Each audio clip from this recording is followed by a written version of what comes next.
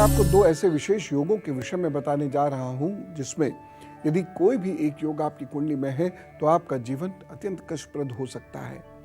इन योगों के बारे में मैं आपको बताऊंगा ही, साथ ही साथ योगों के प्रभाव को कम कैसे किया जाए ये जरूर डालें, क्योंकि यदि हमें भविष्य पता भी चल जाए कि खराब है उससे फायदा क्या, यदि हमें ये नहीं पता हो कि उसको ठीक कैसे करना है। और यही सबसे महत्वपूर्ण है। मेरा ये मानना है कि मुझे ये पता होना चाहिए कि अच्छा या बुरा क्या होने वाला है।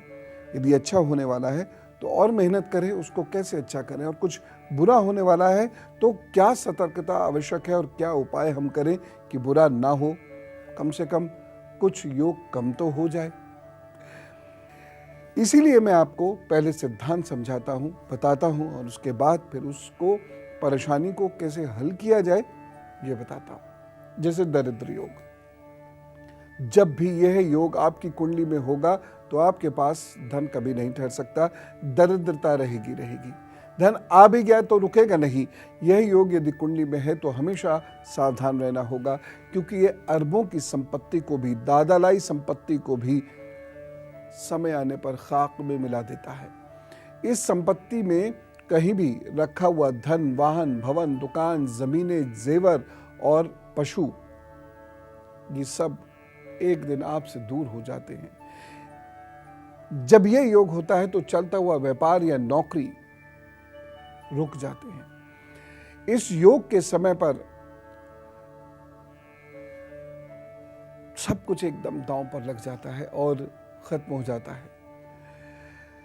हम अपने व्यापार को बचाने के लिए लोन लेते हैं और वो लोन हमें चुकाना भारी पड़ जाता है, और कभी कभी तो वह जगह हमें किराए पर या मॉर्टगेज करनी पड़ती है या फिर बेचना तक पड़ जाता है। कुल मिलाकर यह योग अच्छा नहीं है। अब यह योग बनता कैसे है? लग्न और 12वें भाव में कोई भी संबंध बनता है तो यह योग स्थापित हो जाता है। यह योग जितना महत्वपूर्ण होता है, जितना मजबूत होता चला जाता है, उतना दरिद्रता भी अधिक होती चली जाती है। आप पैसे या संपत्ति के मालिक तो हो ही नहीं सकते, और हो भी गए किसी कारणवश तो वो पैसा और संपत्ति रुकेगी नहीं। ऐसे लोगों का यदि बृहस्पति मजबूत होता चला जाएगा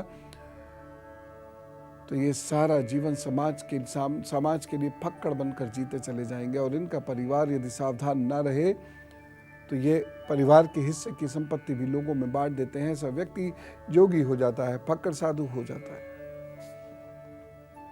यह योग कुंडली में चौथे 8वें भाव से भी बनता है। इन भावों के ग्रह का आपसी योग भाई बहनों और दोस्तों की वजह से सारा धन बर्बाद करा सकता है। मंगल, बृहस्पति, राहु, शनि अलग अलग परिस्थितियों में यह योग बनाते हैं, और इनके वजह से कभी कभी इनकी दशाओं में इतना नुकसान होता है कि व्यक्ति सब कुछ खो बैठता है।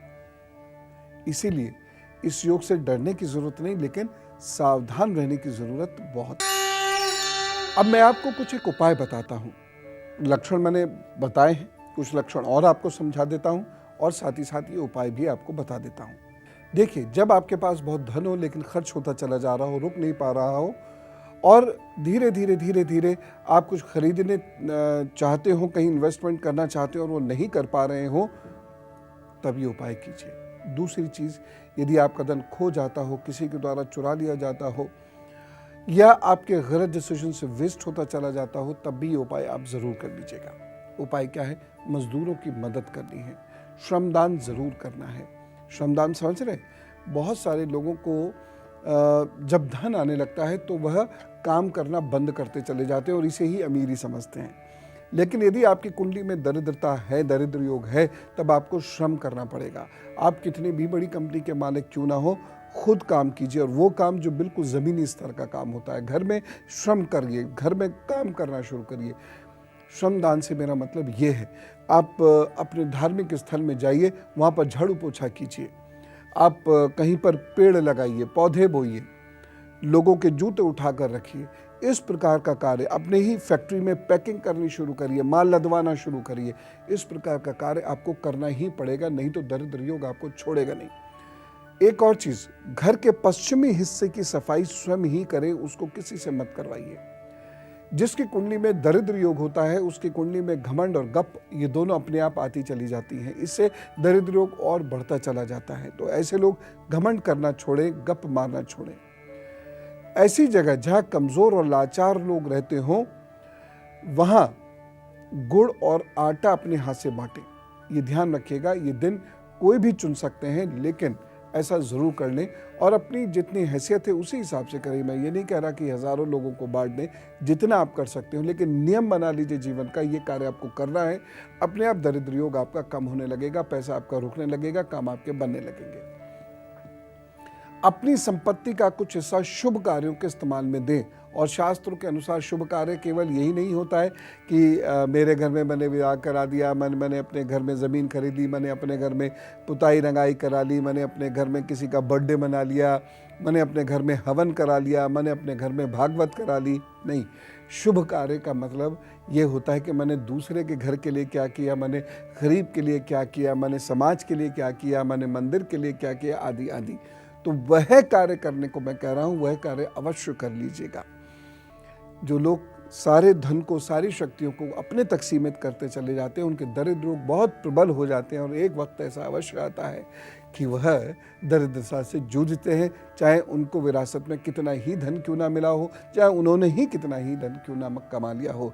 दरिद्रता के योग आते ही उनका धन सब खोता चला जाता है।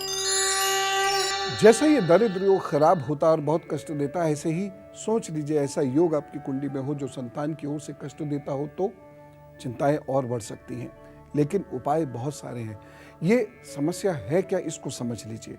सबकी इच्छा होती है संतान हो और हर सुख संतान को मिले, संतान स्वास्थ्य प्राप्त करे, परंतु कुंडली में यदि निम्न दोष हैं तो संतान होगी नहीं, या होगी तो वो सुख नहीं पाएगी, उसकी वजह से आपको कष्ट होगा, वो दूर चली जाएगी, उसकी वजह से आपको कष्ट होगा, या फिर वो आपको दुख देगी जिसकी वजह से कष्ट होगा, निसंबंध अच्छे नहीं रहेंगे। होता क्या है, जब पितृदोष होता है तो संतान कष्ट होता है, जब बृहस्पति का दोष होता है तो संतान कष्ट होता है, या राहु का बहुत दुष्प्रभाव पड़ता है जब कुंडली पे, तो संतान का सुख मिल पाना बड़ा मुश्किल हो जाता है। खासतौर से 5वें भाव पर जब राहु का प्रभाव पड़ता है तो संतान से वैमनस्य उत्पन्न हो जाता है। तो संतान होगी नहीं, होगी तो वह दुख में रहेगी, उससे आप दुखी होंगे या आपको दुख देगी।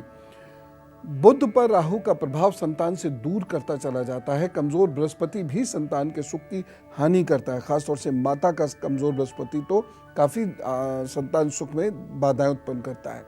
राहु और शनि का दुष्प्रभाव संतान सुख की हानि कर देता है। स्त्री ऋण से प्रभावित कुंडली है किसी व्यक्ति की, तो संतान या होगी नहीं, या होकर नहीं रहेगी, या बहुत दूर चली जाएगी, आपको सुख नहीं दे पाएगी। जिन लोगों को मातृ ऋण दोष होता है वह व्यक्ति भी संतान से बहुत दूर हो जाते हैं, उनकी संतान उन्हें पूछती तक नहीं है।